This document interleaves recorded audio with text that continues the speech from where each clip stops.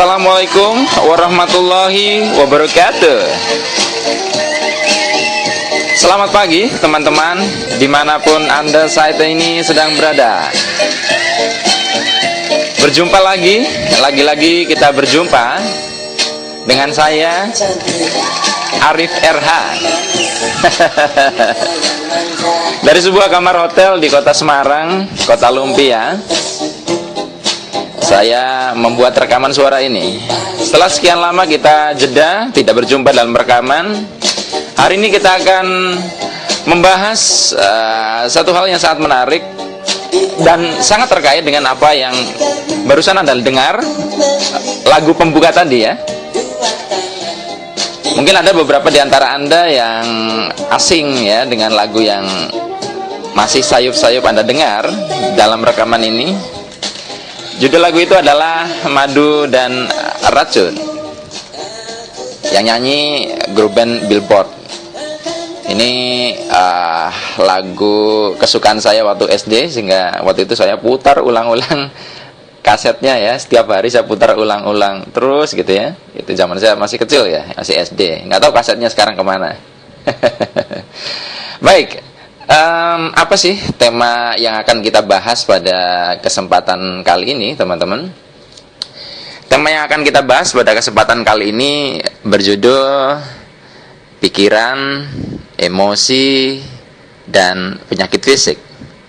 Ya, pikiran, emosi, dan penyakit fisik. Baik, mengawali perjumpaan kita kali ini, saya ingin mengajak Anda yang siapapun yang mendengarkan rekaman ini untuk melakukan sebuah simulasi sederhana. Begini ya simulasinya. Sekarang Anda coba lihat ke langit-langit ya, ke langit-langit atau ke atas ya. Dongakkan kepala Anda. Oke, ya. Kemudian Anda coba pikirkan hal-hal yang menyedihkan atau ya hal-hal yang tidak enak. Oke. Tapi tunggu dulu, jangan lakukan ya. Anda pikirkan hal-hal yang tidak menyenangkan itu dengan kepala mendongak. Lakukan dengan bibir yang Anda tarik selebar-lebarnya. Jadi Anda senyum, kelihatan giginya, tarik selebar-lebarnya ya. Bisa kalau ke kiri 5 cm, ke kanan 5 cm lebih bagus itu. Oke, coba Anda lihat ke atas sambil senyum, mendongak. Ya, coba Anda coba bikin perasaan Anda jadi sedih dengan posisi seperti itu. Bisa nggak? Susah kan? Nah sekarang Anda cukup lakukan satu simulasi lagi. Sekarang Anda tundukkan kepala Anda, tundukkan, oke, ya tundukkan. Jangan senyum mulutnya. Anda majukan sedikit ya, agak manyun, oke, good. Lakukan serius. Kemudian Anda pikirkan hal-hal yang menyedihkan atau hal-hal yang tidak enak. Buat perasaan Anda jadi sedih atau jadi tidak enak. Oke. Cukup. Izinkan saya bertanya kepada Anda, kira-kira lebih mudah membuat perasaan Anda tidak enak dengan kepala terangkat, mulut tersenyum, atau tadi yang kedua, Anda menundukkan kepala Anda, mulutnya manyun, ya tidak tersenyum. Lebih mudah mana? Lebih mudah apa? Ya, lebih mudah membuat perasaan kita menjadi tidak enak saat kepala kita tertunduk, mulut kita tidak tersenyum. Ini sebuah simulasi sederhana dari sekian banyak simulasi yang bisa kita lakukan, bahwa ternyata kondisi fisiologi tubuh kita ini sangat mempengaruhi emosi. Nah sekarang pertanyaannya, kenapa kok bisa seperti itu? Dari beberapa buku, dari beberapa pelatihan yang pernah saya ikuti, ketika kita melakukan simulasi tadi ya, ketika Anda mendongakkan kepala Anda, tersenyum ya, maka di dalam diri kita akan keluar ya, akan banyak keluar satu hormon yang namanya hormon endorfin. Nah, hormon endorfin ini di situ dijelaskan adalah hormon yang hormon kebahagiaan ya, hormon happiness. Sehingga ketika Anda dalam kondisi seperti itu, Anda sangat susah sekali untuk membuat satu perasaan yang tidak enak. Karena hormon tersebut ya di dalam diri Anda membuat Anda malah mengakses perasaan yang bahagia. Berbeda dengan ketika Anda posisinya menunduk, di mana kadar endorfin yang keluar dalam diri Anda sedikit atau mungkin bahkan ya sedikit sekali lah. Nah, kita bisa lihat bahwa sebenarnya fenomena emosi ya ada kaitannya dengan proses biokimia di dalam tubuh ya, ada hormon macam-macam lah gitu ya. Yang kuliahnya di kimia atau biologi lebih ngerti. Nah sekarang saya juga membaca dari buku yang sama ya, judulnya The Miracle of Endorphin. Saya lupa penulisnya, yang jelas itu penulisnya dari orang Jepang. Di situ disebutkan bahwa ternyata ada satu hormon yang namanya noradrenalin. Jadi hormon noradrenalin ini kalau misalkan kita sedang keadaan sangat-sangat marah, sangat-sangat stres, ya di situ pokoknya dalam keadaan tidak baik secara batin, maka tubuh kita akan mengeluarkan satu hormon yang namanya noradrenalin. Nah, di situ dijelaskan katanya ketika hormon noradrenalin itu keluar, itu hormon noradrenalin itu daya racunnya, daya rusaknya itu nomor 2 setelah bisa ular. Untung saja hormon ini diproduksi sangat sedikit dan hanya dalam keadaan-keadaan tertentu di mana emosi kita sangat terganggu. Lalu kalau hormon noradrenalin ini keluar, apa dampaknya? Tubuh kita bisa rusak. Selain emosi kita juga akan bertambah nggak karu-karuan. Dari paparan singkat yang saya sajikan di awal ini, kita bisa melihat bahwa sebagaimana saya sampaikan dalam judul tema kita kali ini adalah bahwa yang namanya penyakit fisik ya, penyakit fisik apapun namanya, itu bisa juga dipicu oleh pikiran dan perasaan. Dan ketika kita tilik dari biologinya, itu melibatkan juga proses biokimia di dalam tubuh. Karena itu adalah satu rantai ya, satu rangkaian, sehingga kita bisa katakan yang namanya pikiran, emosi, tubuh itu satu kesatuan. Kalau di dalam ilmu yang namanya NLP itu dijelaskan kesatuan pikiran, tubuh, perasaan. Nah, dengan demikian sebenarnya ketika seseorang mengalami satu penyakit fisik ya, dari yang mungkin paling ringan sampai yang paling berat, bisa jadi penyebabnya adalah gangguan di level pikiran dan emosi yang memicu munculnya satu hormon-hormon tertentu dan merusak tubuhnya. Nah, mungkin ada sebuah pertanyaan, lalu apakah semua penyakit fisik pasti penyebabnya pikiran dan perasaan? Pertanyaan itu saya dapatkan ketika di dalam sebuah pelatihan, dan saya jawab bahwa hubungan antara penyakit fisik, pikiran dan emosi itu seperti hubungan telur dan ayam. Telur sama ayam duluan mana? Misalkan kita jawab duluan ayam ya, tapi ayam dari telur, telur dari ayam dari telur, terus seperti itu kan. Artinya begini, bisa jadi sebuah penyakit fisik ya muncul karena gangguan pikiran dan emosi, jadi penyakit fisik. Atau bisa sebaliknya, karena penyakit fisik juga tidak harus muncul dari gangguan pikiran dan emosi. Anda mau berpikiran positif ya, kalau misalkan Anda makan atau minum racun tikus ya, Anda akan mengalami kerusakan organ tubuh kan. Maksud saya begini, mungkin awalnya bukan penyebabnya pikiran dan emosi, Anda salah makan, macam-macam ya, itu akan menyebabkan Anda kena penyakit. Nah, cuman ini jadi satu siklus tadi ayam telur. Ketika kena penyakit, orang itu malah jadi mikir, jadi stres. Akhirnya apa? Semakin membuat dia berada di lingkaran itu. Jadi lingkarannya dari mana saja, ujung-ujungnya tetap pikiran dan emosi ini berperan sekali. Mau dia sebagai pemicu awal atau dampak sebagai dia mikirin penyakit. Begitu. Nah, saya punya beberapa kasus yang bisa Anda renungkan ya, di mana pikiran dan emosi ini sangat-sangat berbahaya sekali apabila kita tidak mampu mengelolanya. Saya ada beberapa kasus. Ada sahabat saya yang beliau ini sangat baik ya, dalam tanda kutip, artinya orangnya saya boleh katakan sangat sabar dalam tanda kutip, sehingga sebenarnya dia itu sudah benar, posisinya dia tidak salah, tapi misalkan dia dizolimi orang, itu dia memilih diam.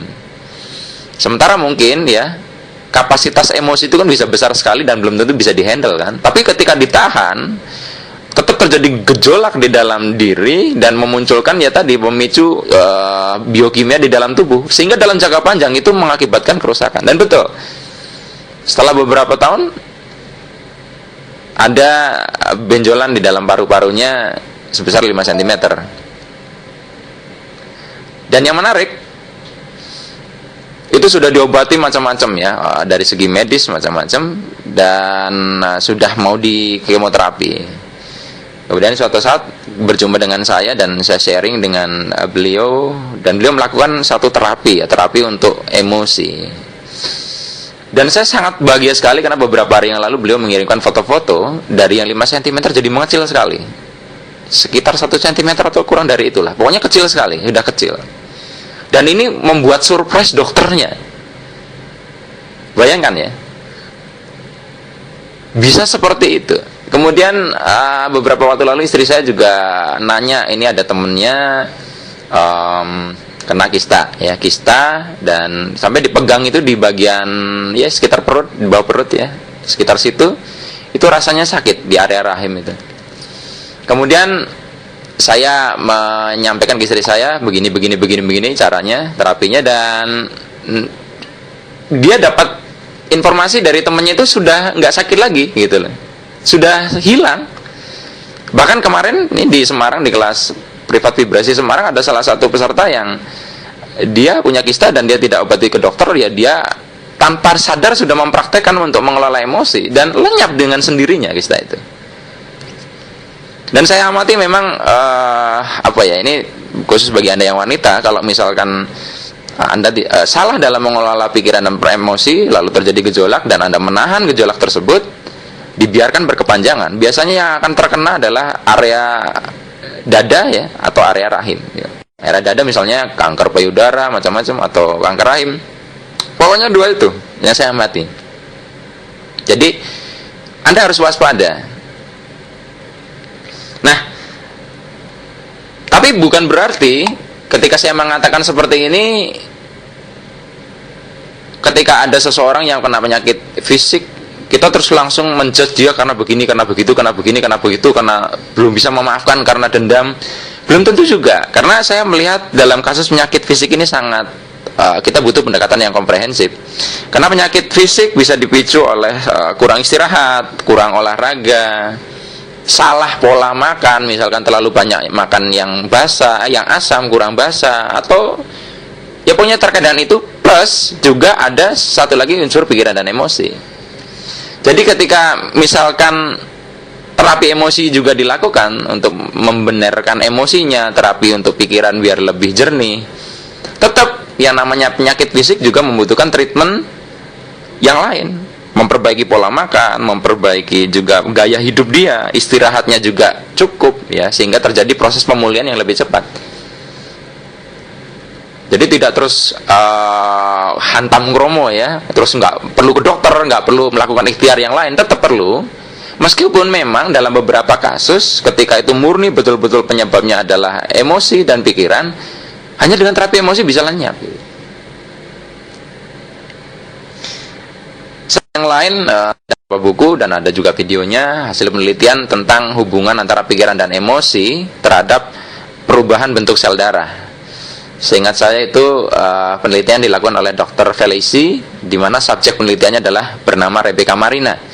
Di situ Rebecca Marina diminta untuk mengakses perasaan-perasaan tertentu, dari mulai sedih, senang, bahagia, khusyuk, berdoa, dan semacamnya, takut, marah ya. Ternyata setiap dia mengalami satu emosi tertentu, diambil sampel darahnya dan dibandingkan antara sampel darah dari setiap emosi yang berbeda, itu bentuk sel darahnya beda-beda dan sangat kelihatan sekali perbedaannya. Jadi gini, misalkan kalau bahagia jadi teratur sel darahnya, ketika takut jadi nggak karu-karuan dan sebagainya. Nah, saya logikanya begini, berarti kan kalau darah itu satu faktor yang sangat penting di dalam tubuh kita, dan itu dipengaruhi oleh pikiran dan emosi. Ketika terjadi gangguan di dalam darah, itu kan akan mempengaruhi sistem di dalam tubuh kita secara fisik, toh. Jadi di sini sangat kelihatan sekali bahwa pikiran dan perasaan itu mempengaruhi penyakit fisik. Munculnya penyakit fisik berikut juga dengan penyembuhannya. Saya punya satu teman, dia di kebidanan kalau nggak salah kuliahnya. Ya, dia cerita bahwa kalau ibu seorang wanita yang stres dengan yang rileks saat melahirkan itu darahnya itu beda. Kalau yang apa namanya, yang depresi, stres atau tertekan saat melahirkan itu darahnya lebih kental kalau nggak salah. Yang jelas ada beda yang sangat signifikan, sangat berbeda. Nah, jadi kira-kira apa terus yang perlu kita lakukan ya untuk menghindari, atau setidaknya bagi rekan-rekan atau saudara Anda yang saat ini dalam keadaan penyakit fisik, apa yang perlu dilakukan? Ada dua yang jelas ya. Pertama adalah pencegahan ya, preventif. Artinya kalau preventif itu kita menyadari setiap emosi kita itu punya dua sisi. Satu ada manfaat, satu ada bahaya. Kapan menjadi berbahaya? Saat kita mengakses perasaan-perasaan yang nggak baik. Kalau misalkan Anda sudah mendengarkan rekaman-rekamannya sebelumnya, ya itu spektrum perasaan yang di tabel force itu. Ketika itu berkepanjangan, maka ini akan jadi gangguan. Gitu. Jadi jangan sampai ini berkepanjangan itu. Nah, lalu bagi yang sudah terlanjur, ya bagi yang sudah terlanjur kena penyakit fisik, apa yang perlu dilakukan? Yang menarik adalah yang perlu dilakukan untuk penyakit fisik adalah kita tidak boleh melawan kehadiran penyakit itu. Karena semakin dilawan, semakin dia akan bertahan. Anda boleh buktikan kalau misalkan Anda karena penyakit flu atau apa ya, semakin Anda mengeluh dengan flu Anda, malah flu itu nggak sembuh-sembuh. Anda terima penyakit itu, Anda sadari, Anda lapang dada hadirnya penyakit itu.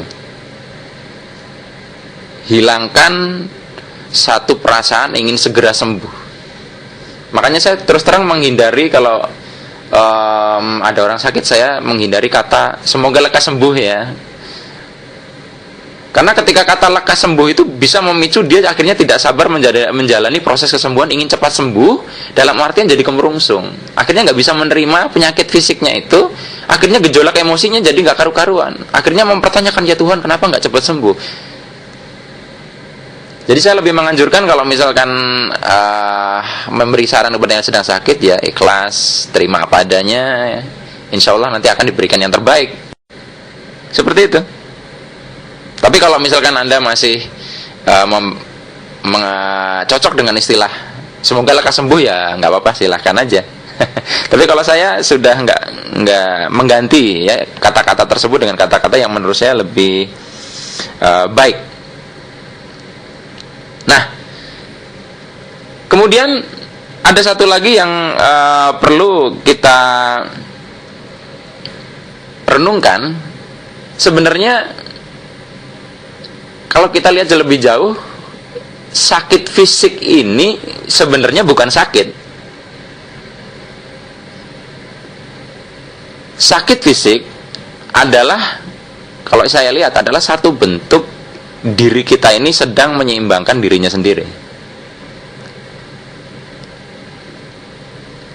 Contohnya gini deh ya, contohnya Anda jerawatan ya. Jerawatan itu kan sebenarnya proses mengeluarkan kotoran dalam diri Anda melalui bentuk jerawat kan. Karena kalau misalnya nggak dibuang dalam bentuk itu atau yang lain, maka dia akan merusak di tubuh Anda. Jadi sakit sebenarnya adalah satu proses pembersihan diri dan juga pembersihan secara fisik. Bahkan juga saya melihat ketika seseorang tidak sadar bahwa emosinya ini sangat mengotori jiwanya, maka ia akan bertransformasi, berubah bentuk menjadi satu penyakit fisik. Dan disitulah penyakit fisik itu sebagai sarana untuk pembersihan itu keluar gitu loh. Ya minimal membersihkan dampak secara fisik akibat terpicu oleh emosi itu. Makanya ada istilah kan, bagi Anda yang beragama Islam atau agama lain mungkin juga ada, bahwa kalau orang sakit itu katanya dosanya berkurang. Yaitu hubungannya adalah penyakit itu adalah satu mekanisme diri untuk menyeimbangkan dirinya sendiri. Tidak ada sakit sesungguhnya. Sakit hanyalah satu mekanisme tubuh untuk mencapai keharmonisan dirinya sendiri.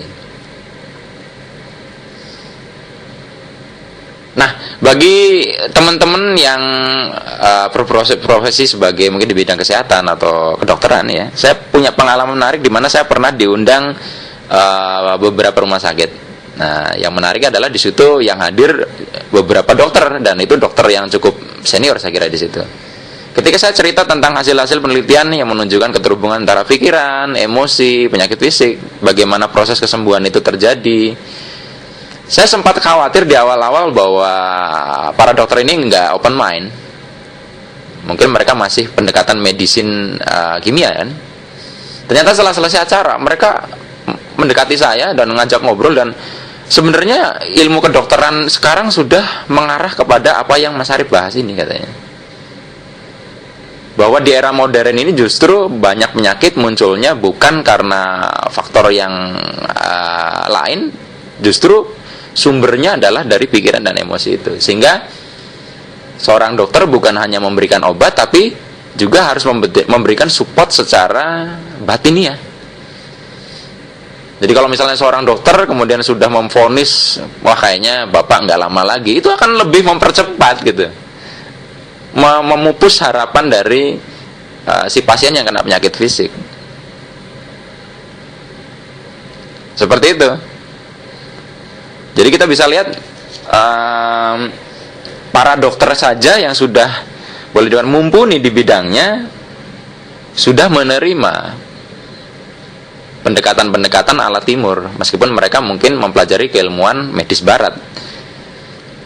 Nah, bagaimana dengan Anda? Nah, saya yakin teman-teman ketika sudah mendengarkan rekaman ini mulai lebih terbuka, mulai lebih hati-hati dengan setiap emosi yang dirasakannya, dan mengelolanya ke arah yang lebih memberdayakannya, lebih mendamaikan. Saya jadi ingat ada satu status di Facebook dari guru saya, beliau bilang, hati-hati dengan rasa marah, karena setiap marah pankreas akan berhenti mengeluarkan insulin, dan itu kalau dilakukan berkepanjangan otomatis berarti pankreas kan rusak. Sementara ketika insulin itu tidak diproduksi, maka kadar gula dalam darah akan bisa melampaui kadar ya. Ini jadi kadar gula dalam darah ini kalau kurang kita bisa pingsan, kelebihan juga jadi diabetes. Nah kan bisa kebayang ya, kalau Anda punya hobi marah, Anda sebenarnya tanpa sadar sedang merusak organ pankreas Anda. Saya juga punya pengalaman, pernah ada satu kejadian emosional yang sangat luar biasa, dan saya tahan ya, meskipun sempat meledak-ledak juga, saya tahan. Kena saya, itu batuk lama sekali, nggak rilis-rilis, nggak selesai. Saya udah ke dokter, ke sana sini, udah pakai teknik ini teknik itu, tapi setelah emosi itu lenyap ya, perlahan membaik dan sembuh. Aneh kan, padahal sudah berobat, udah habis lumayan. Oke. Mudah-mudahan teman-teman bisa mendapatkan satu kesimpulan dari apa yang kita bahas hari ini. Dan bagi Anda yang masih tertarik untuk membahas soal pikiran, perasaan, dan penyakit fisik, Anda bisa mampir ke website saya, http://ikhlaspasrah.com ya, http://ikhlaspasrah.com, atau Anda bisa follow Facebook saya, Arif spasi RH ya, Arif spasi RH. Demikian teman-teman yang bisa saya sampaikan pada kesempatan kali ini. Mohon maaf jika ada yang tidak berkenan di hati Anda. Sampai jumpa di rekaman suara yang selanjutnya. Saya akhiri. Bila taufik wal hidayah. Wassalamualaikum warahmatullahi wabarakatuh.